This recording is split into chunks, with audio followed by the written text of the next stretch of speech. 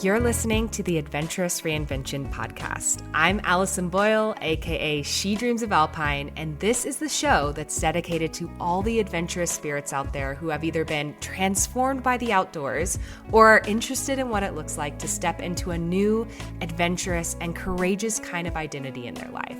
It doesn't matter what your background is in the outdoors, what age you're starting at, or where you grew up. If you're curious about the outdoors and using adventure as a way to reinvent yourself, you're in the right place. I'll be sharing all kinds of personal adventure stories, lessons I've learned from the mountains, teaching what I know about the outdoors and leadership, and interviewing some amazing adventurous women all along the way. I've been coaching women on becoming safe, confident, and self-sufficient backpackers and leaders of their own adventurous lives since 2018, and I know exactly what big fears and self-doubts can pop up along the way. I have so much to share with you, so let's dive in.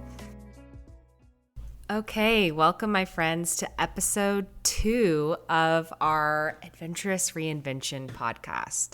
I'm so excited to share this story with you. Some of you may have heard this or you may have heard versions of this story, but I'm excited to kind of share it here on this podcast so it has a place to live and can be revisited. And this is essentially my part 1 of my adventurous reinvention, my own personal adventurous reinvention story.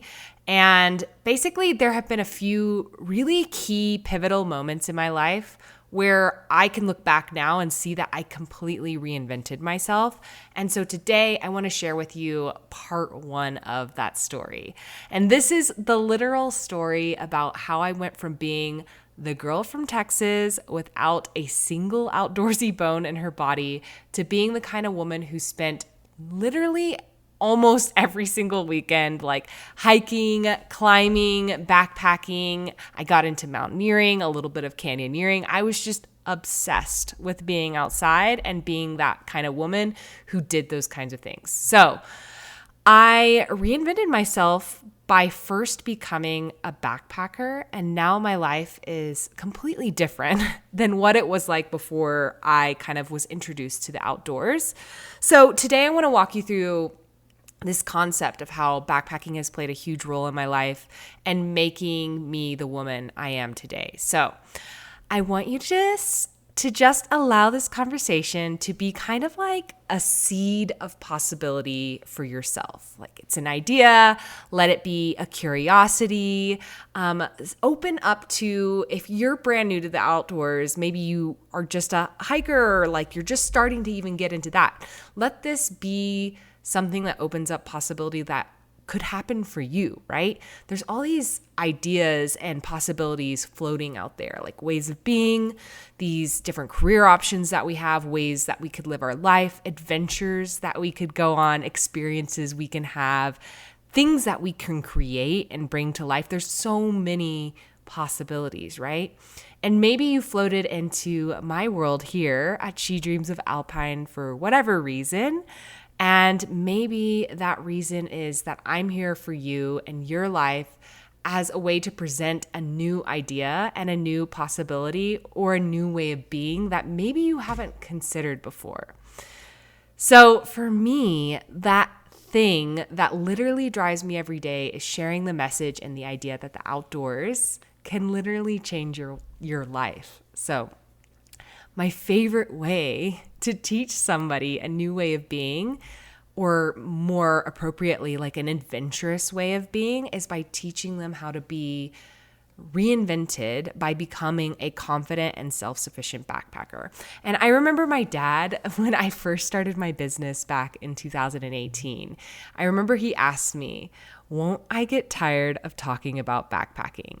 And I knew really confidently then when I started my business that that answer would be no, because it's so much more than just backpacking. For me, backpacking was one of the pivotal ways that I personally reinvented myself way back in 2013. It was absolutely a turning point in my life, and you could consider it kind of like my butterfly effect, right? So if you've never read the book by Elizabeth Gilbert, it's called Big Magic. I highly recommend it if you've never listened to it before or read it before. She talks about creative living beyond fear in that book. And even if you don't consider yourself like a creative type, I think this book is everyone should read it. It's just a fantastic book. And I love the way in this book how she talks about curiosity and she talks about ideas. So in her book, Big Magic, she talks about how ideas, and for the purposes of this podcast, let's extend that to possibility, and how ideas and possibility just exist, and they exist in this world. All kinds of possibilities for our lives just exist, right?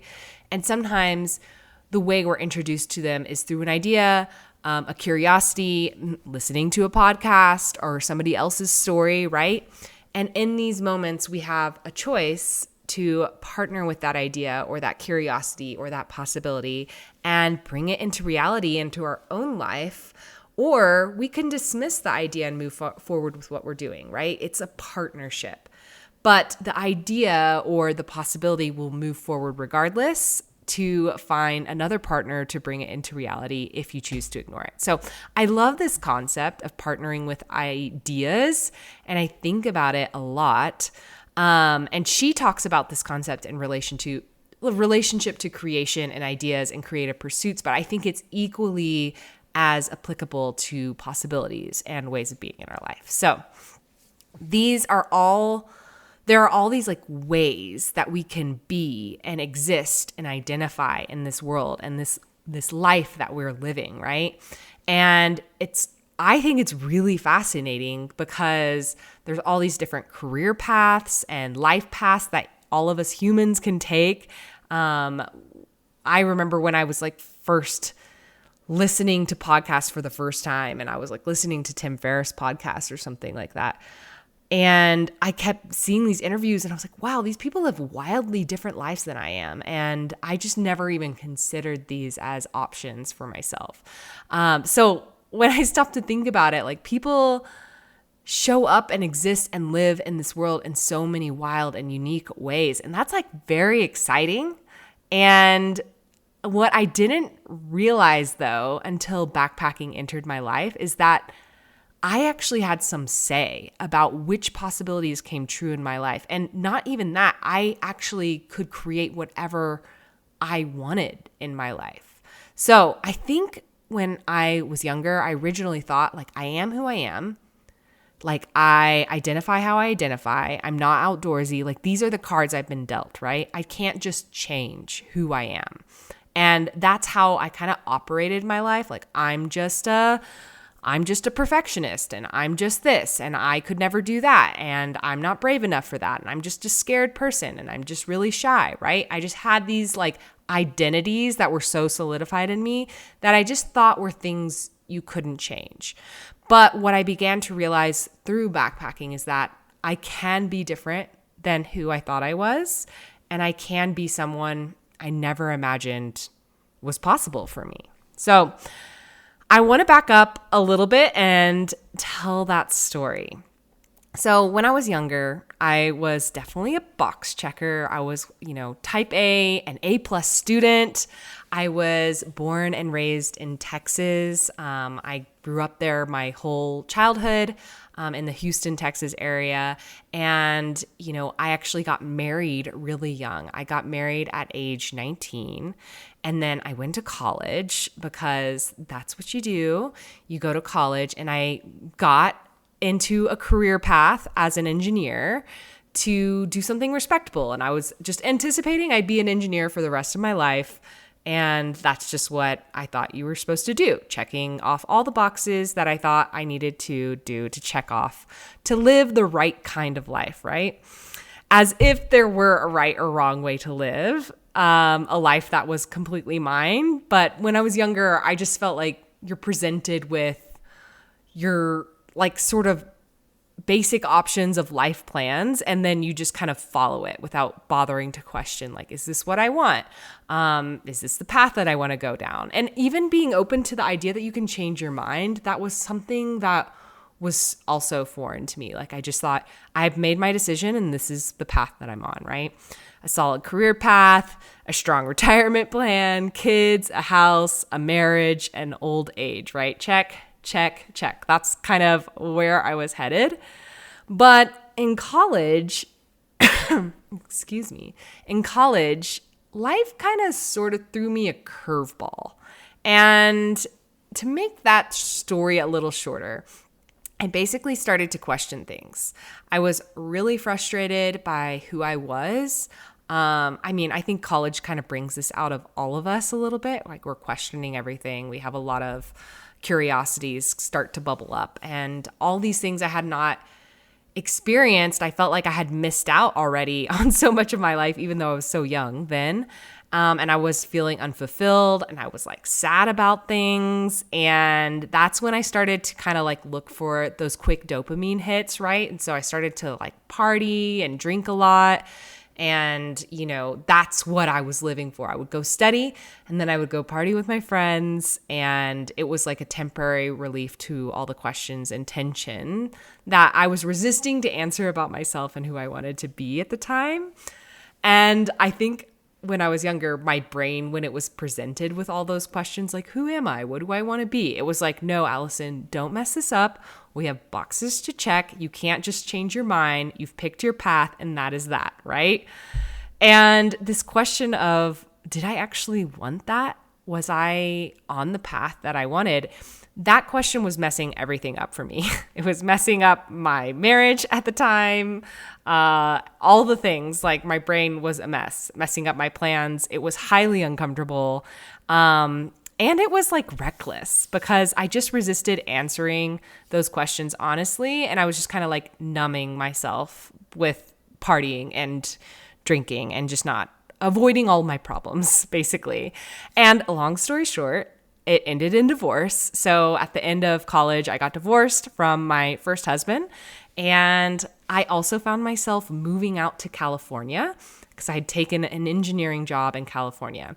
And that was kind of like a little glimmer of me trying to like answer questions of who I wanted to be. And I knew I wasn't going to find those answers sticking around in Texas. I knew that understanding what I wanted out of life meant shaking things up. And California seemed like the place to do that. So I was around age 22 or 23. So I found myself in California. I was newly divorced, which was not part of my original plan, but okay. I was back on track, checking the boxes, being an engineer. I had my solid career choice working for me. I was working on that retirement plan. But then I also continued down that rabbit hole of denial and partying, and I was trying to make friends. I had no friends, and I was really resisting the big questions, right? It's so hard to answer the big questions sometimes. So I basically just would go to work, and then I'd try to go out drinking, and then I made drinking friends. So we were like always just doing something, partying, drinking, repeat every weekend. It was just, that was my life after college. And I definitely went through a bit of a depression. I recall this when I remember I called my dad one day after work, and I had been sleeping a lot. In addition to when I wasn't like out with people, I had been drinking or sleeping a lot. And I called him and I told him, I was like, I'm just tired all the time. And I was probably like a bit, just sad sounding or something. I don't remember this stuff very well, that period of my life. But I remember he said to me, Allison, I think you're depressed. And that like had never occurred to me. That had never really happened to me in that way before. And I was like, oh my goodness, like maybe I am. And that was kind of a point where I started to kind of opening up to the questions a little bit. And I had been a little bit tired of doing the thing that I was doing, drinking. I had these friendships, and some of them were good friends, and I still like really appreciate their friendships. But then some people, I was just like, I don't know why I'm hanging out with these people. All we do is drink and party, and it didn't feel like this was the way my life was supposed to continue going. So eventually I decided at the beginning of the new year after I'd been there, I think in California for maybe a year or something, I decided to embark on what I now call this my year of yes, but I don't think I had that terminology back then.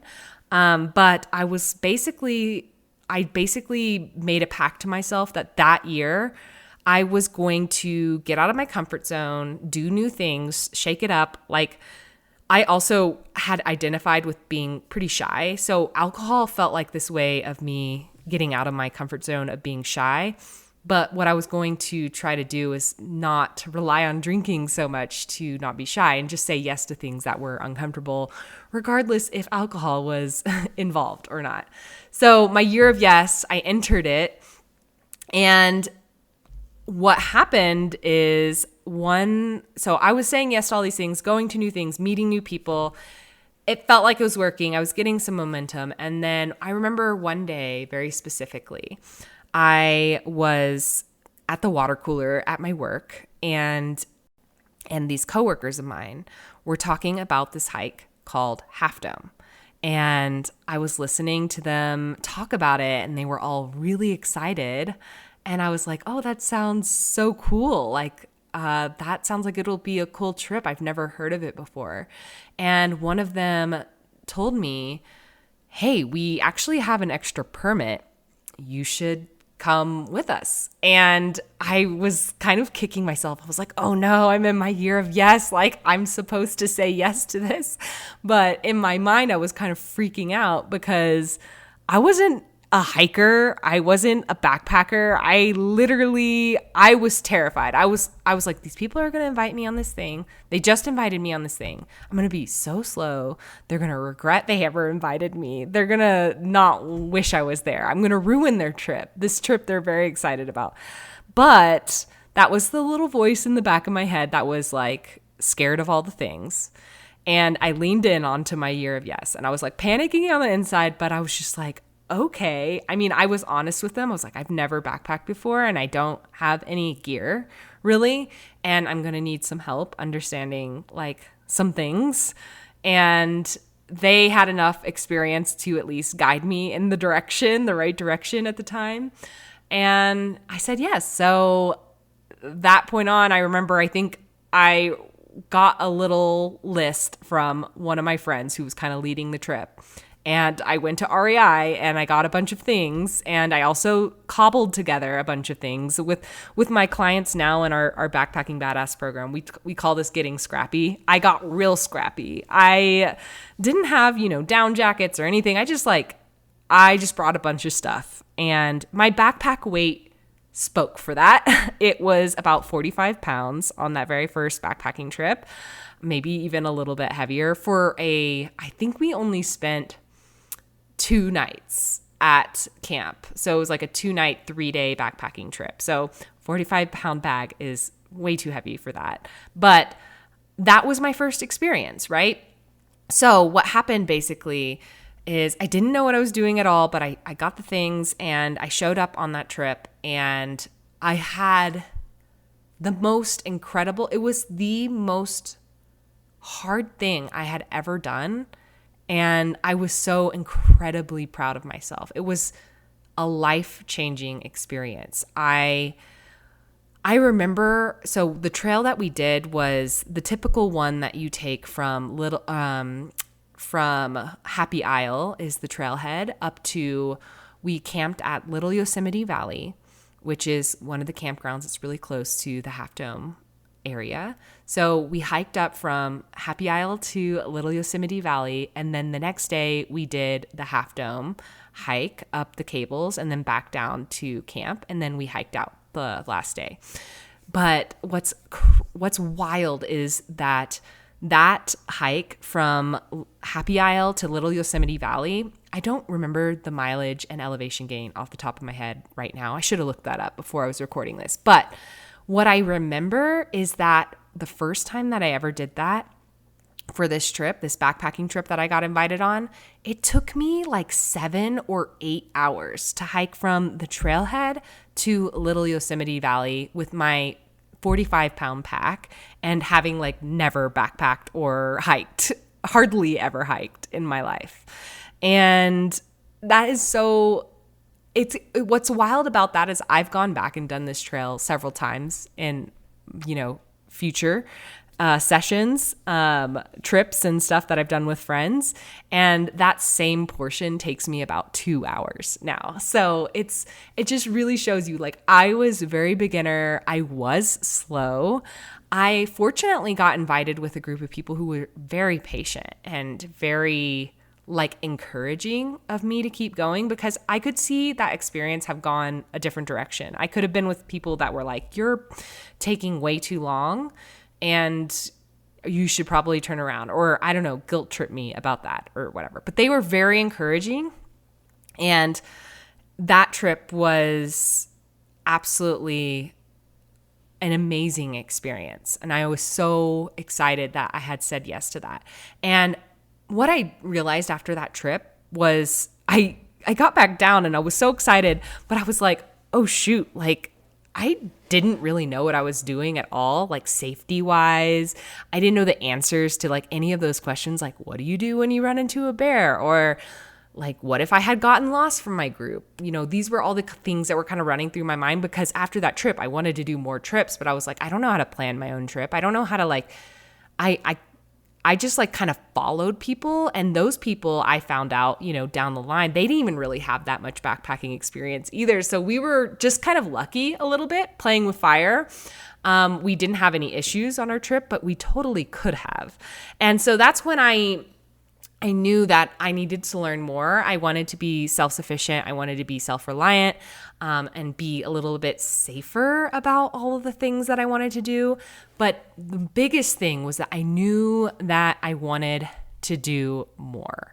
I knew that backpacking, this experience that I had backpacking, had something to do, a pivotal thing to do with getting myself out of my rut. And I really, really liked that version of me that was on that Half Dome trip, that finished that hike.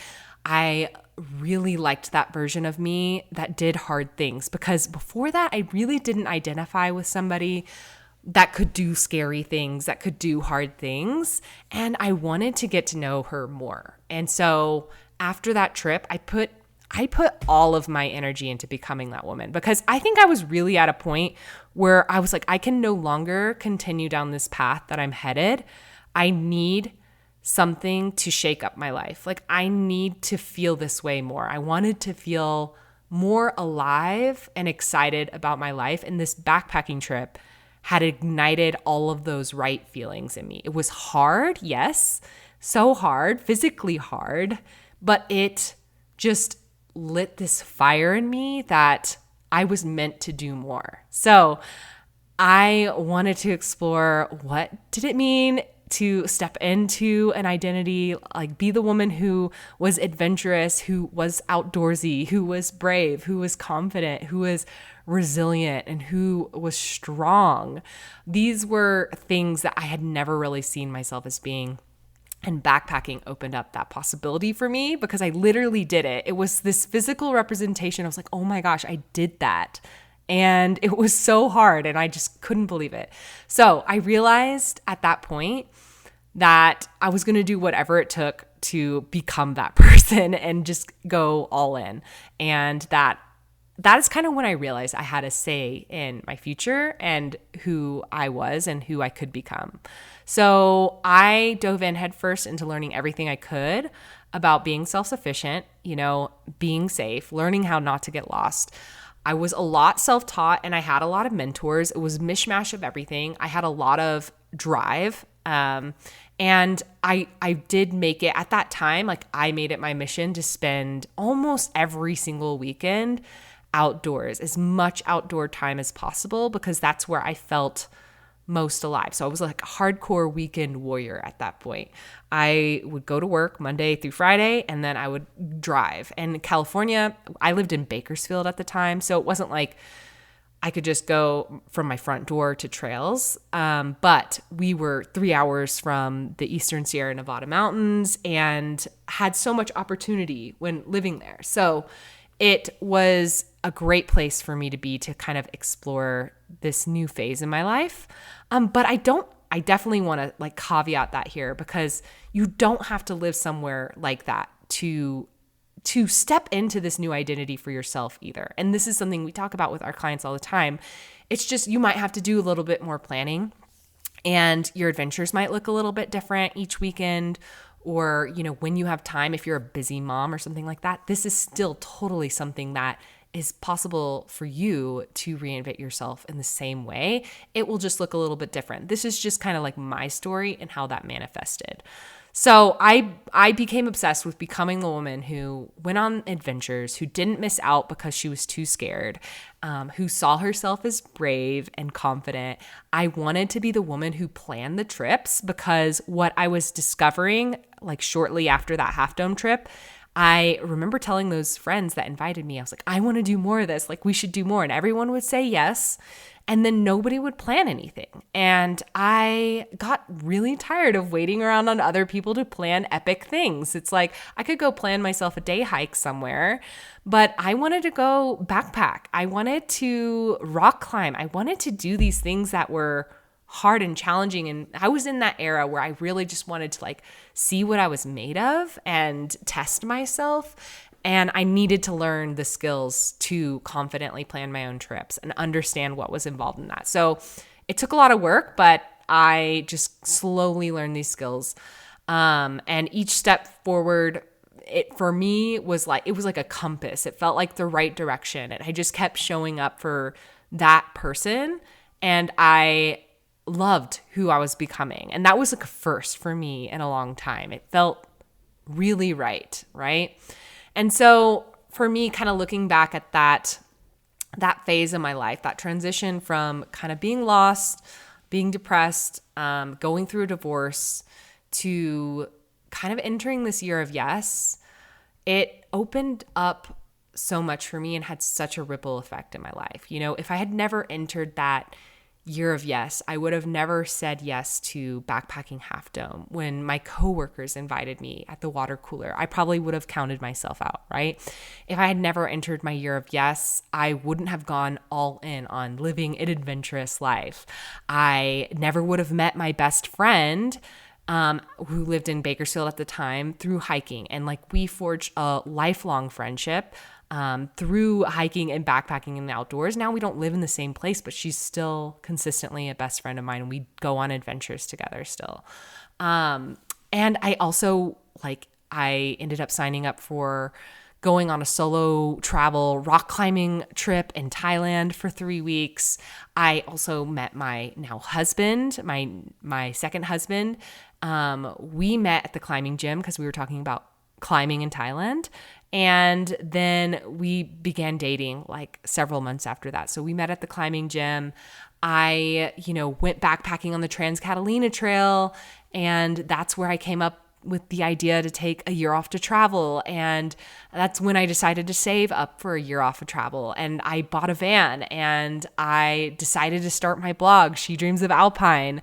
And that's when I decided to teach about backpacking, because I remember that's the thing that changed my life. And I was like, I want to help other women quickly, and not so having to navigate so many of the questions and the unknowns about what it takes to be the person who plans and executes their own trips and does it confidently and feels safe and doesn't worry about getting lost in the outdoors. That's why I wanted to create that program. I'm like, this needs to exist. I did not have mentors like this, and there were not programs out there like this when I got started, and I desperately wanted something like that. And, all these things, they led me to where I am today, which is an outdoor educator, full-time, running the Backpacking Badass program, running retreats. My life completely changed. Now, that didn't happen overnight. The backpacking trip and the Half Dome felt like that, kind of looking back feels like this overnight moment, but that all took time. And, I was honing this adventurous identity for well over 7 years before I ever started thinking about the blog and my business and stuff like that. But all of these things have led to this immense ripple effect in my life. And I know that even that is only the beginning. So I know that 10 years from now, I'm going to look back at even these moments that I'm having right now And there's just going to be this amazing like possibilities that I haven't even considered yet now that are going to open up as a reaction to that very first decision to go on that backpacking trip. So every year I think about that, like how one decision in your life can change literally everything, right? So for me, teaching the skill set of backpacking to others is way more than just teaching the skill set of backpacking to others. For me, backpacking can be this really powerful tool for reinventing your life. Because I think the thing that I love about backpacking the most is it helps us connect like this tangible thing, right? Which is getting out there physically and backpacking, doing this hard thing. And you learn through that skill, like how to navigate kind of the 50-50 experience. Like things are hard and they're awesome. And you start to realize there's all these similarities between life and your experiences out on the trail and your experiences backpacking. Backpacking taught me so much about like how I can do so much and that I can handle things that are harder than I ever thought. And it showed me that I can be strong and that I can be resilient, right? It showed me that I don't have to be fearless to do things. There are so many lessons that I got from backpacking that are, I think, literally the reason that I was able to make other steps in my life for changing what I did for a living and how I showed up and where I lived, all the things, right? I think backpacking, it really helps us question the anxieties and thoughts that we have about ourselves, the thoughts we have about others and what we want in our life. And in order to make feeling confident backpacking a reality, like in order to step into your adventurous identity, you have to confront some of those things in order to take on a new identity. So I think backpacking is just like a really beautiful way to kind of uncover these different sides of yourself. So I love teaching it this way.